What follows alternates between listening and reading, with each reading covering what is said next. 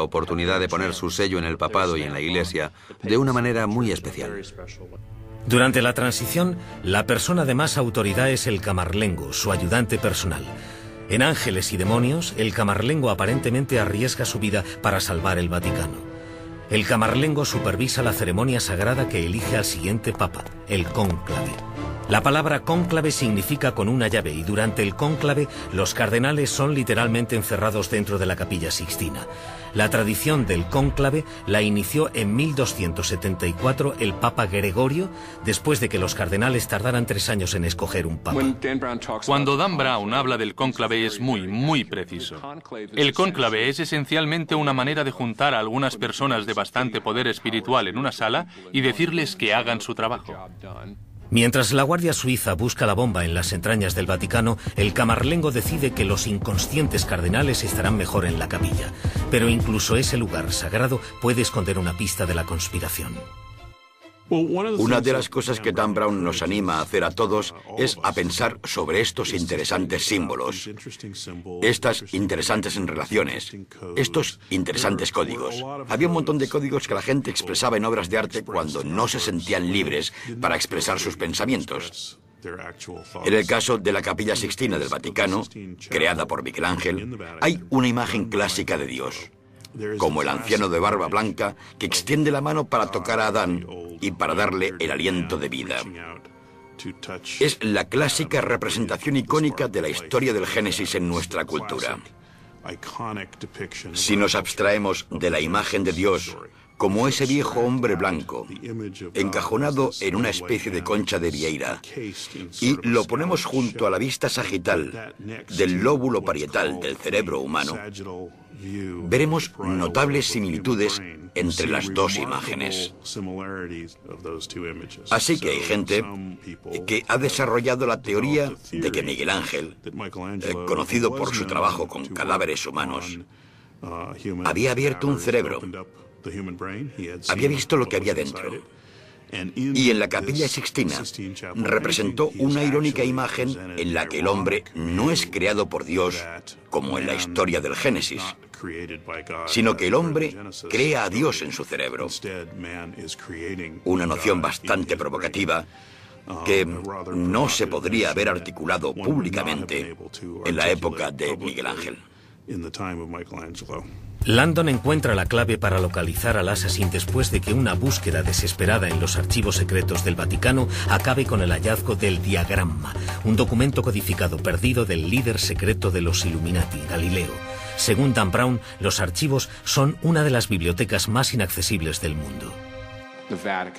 El Vaticano sigue siendo un lugar donde hay que guardar la información política de naturaleza sensible. Pero nosotros tenemos archivos secretos que forman parte de la Biblioteca del Congreso. Hay archivos secretos en todas las bibliotecas nacionales importantes. Si Robert Landon fuera un profesor de Harvard real, que realmente estuviera haciendo un trabajo de investigación y necesitara usar la biblioteca del Vaticano o los archivos secretos, le habrían concedido acceso. La idea de que hay documentos secretos relacionados con el juicio de Galileo que nunca salieron a la luz porque habían sido ocultados en los archivos secretos es una invención de Dan Brown para plantear un problema y seguir con su argumento, pero no concuerda con los hechos que conocemos. En Ángeles y Demonios, el diagramma, el documento secreto que supuestamente escribió Galileo, contiene un críptico mapa hasta el lugar de reunión secreto de los Illuminati.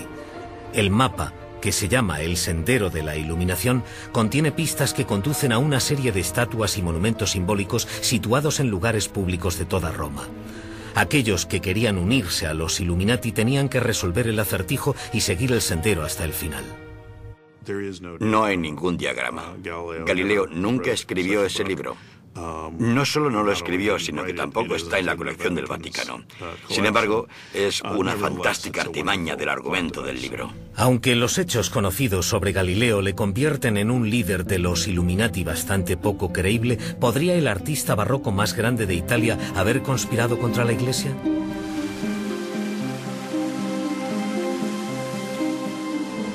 Las obras del artista barroco favorito de la Iglesia, Gian Lorenzo Bernini, pueden verse en toda Roma. El documento secreto de Galileo conduce a Landon hasta las esculturas y las fuentes de Bernini a través de símbolos del sendero de la iluminación escondidos a plena luz del día. ¿Podría este gran artista haber creado un código secreto para sus compañeros Illuminati? Gian Lorenzo Bernini es un gran artista, escultor, arquitecto y visionario. Prácticamente fue el decorador de la Roma barroca. Era el favorito de varios de los papas y los cardenales del siglo XVII. Y diseñó gran parte del Vaticano. Lo que vemos en la plaza de San Pedro, el pórtico con columnas, es todo obra de Bernini. Las esculturas del Sendero de la Iluminación están inteligentemente escondidas como arte religioso, pero representan los 4 elementos de la ciencia conocidos en el siglo XVII: tierra, aire, fuego y agua. La primera pista lleva a Landon a la capilla Chigi de la iglesia de Santa María del Popolo. Allí descubre la primera obra de Bernini que contiene un mensaje en código que solo los Illuminati y Landon pueden descifrar. En ese sentido, probablemente es un buen artista que escoge para decir que existe un código secreto. Claro que hay un código secreto en Bernini, es el código secreto de la Contrarreforma, y no es necesariamente de una sociedad secreta. ¿Quieren saber por qué Dan Brown escogió a Bernini? Por la accesibilidad. Las obras de Bernini están en más de 50 iglesias importantes en Roma. Es decir, no es un artista insignificante, hay muchas obras donde escoger. Así que escogió a alguien que después se convirtió en un rompecabezas. Bernini se convirtió en un favorito del Papa Urbano VIII, el mismo papa que sería amigo y después se enfrentaría a Galileo. El arte de Bernini definía visualmente lo que significaba ser católico. ¿Podría haber sido un líder Illuminati? Creo que la idea de Dan Brown sobre los Illuminati se viene abajo al escoger a Gian Lorenzo Bernini como uno de los grandes miembros secretos de los Illuminati. No creo que eso sea posible. Ante todo, la vida de Bernini está muy bien documentada. Sabemos casi todo lo que hizo día a día. Ser un Illuminati habría ido totalmente en contra de todo lo que hizo, todo lo que sabía y todo lo que creó. Su arte es una expresión de quién era y qué era. Hay muchas pruebas que indican que era un católico extremadamente devoto y que tenía mucha relación con una cierta rama de lo que entonces surgía como tradición jesuita. Rezaba varias veces a la semana, si es que no lo hacía todos los días. No me creo que secretamente estuviese poniendo todos estos símbolos de los Illuminati en su trabajo. Si creemos a Dan Brown y Bernini era el conspirador Illuminati, las 4 estatuas secretas de los Illuminati deberían seguir el sendero de la iluminación, desde la tierra al aire, luego al fuego y finalmente al agua. Aunque existen estatuas que sugieren estos elementos entre las obras de Bernini, ¿podrían ser las señales del sendero de la iluminación? Los 4 asesinatos tienen lugar en un orden específico. Si el sendero de la iluminación existe o existió, supone que Bernini hizo una obra a los 24 años, que va seguida de otra que hizo a los 55 y de otra que hizo a los 30 para acabar con otra que hizo al final de su vida. Y eso no encaja, no sigue la secuencia.